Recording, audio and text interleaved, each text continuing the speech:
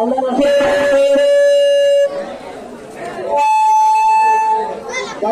সর্বস্তরের সহযোগিতায় বাংলাদেশ ইসলামী ছাত্র জনাব চট্টগ্রাম গাগোয়ান ইউনিয়ন শাখার আজকের স্বাগত দিবস আলহামদুলিল্লাহ আমরা সফলভাবে সমাপ্ত করেছি। এবার সমাপনী অনুষ্ঠানে আমাদের মাঝে উপস্থিত আছেন বাংলাদেশ ইসলামী ছাত্র জনাব চট্টগ্রাম গাগোয়ান ইউনিয়ন শাখার সংগ্রামী সভাপতি ছাত্রনেতা মোহাম্মদ ইজলামুল হক।